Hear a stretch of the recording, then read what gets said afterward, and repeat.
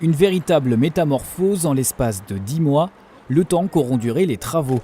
Ce samedi 15 décembre, la nouvelle avenue Franklin Roosevelt était inaugurée à Chevilly-Larue.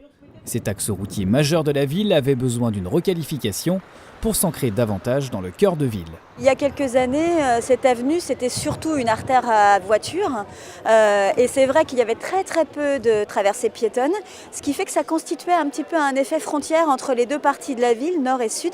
Et du coup, tous les habitants qui étaient plus au sud ne se sentaient pas vraiment invités dans ce qui est devenu en plus au nord le cœur de ville. L'enjeu était donc de favoriser la porosité de cette artère urbaine. Le conseil départemental a financé en grande partie les travaux, avec également une participation de la région. En tout, 5 millions d'euros pour remodeler complètement l'avenue et surtout la sécuriser. La vitesse a été réduite à 30 km/h, avec notamment l'installation de 3 ralentisseurs, et de nouveaux passages piétons sécurisés permettent un partage de la route plus serein. Cette requalification s'inscrit dans l'orientation politique portée par le département depuis plusieurs années, c'est-à-dire le partage de l'espace public et les routes, j'ai envie de dire, du 21e siècle.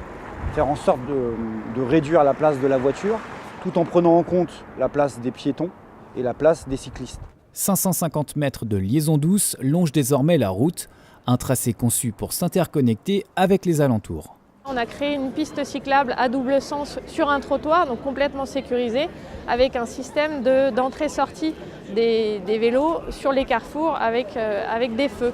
Donc vraiment qui permettent une jonction donc avec des aménagements cyclables un peu plus loin en toute sécurité et un lien avec les voies communales alentour. Équipée d'un éclairage LED moins gourmand en énergie, l'avenue Franklin Roosevelt s'inscrit dans une logique de développement durable. En parlant d'écologie, 23 érables y ont été plantés. Il faudra attendre le printemps pour découvrir leurs premières feuilles.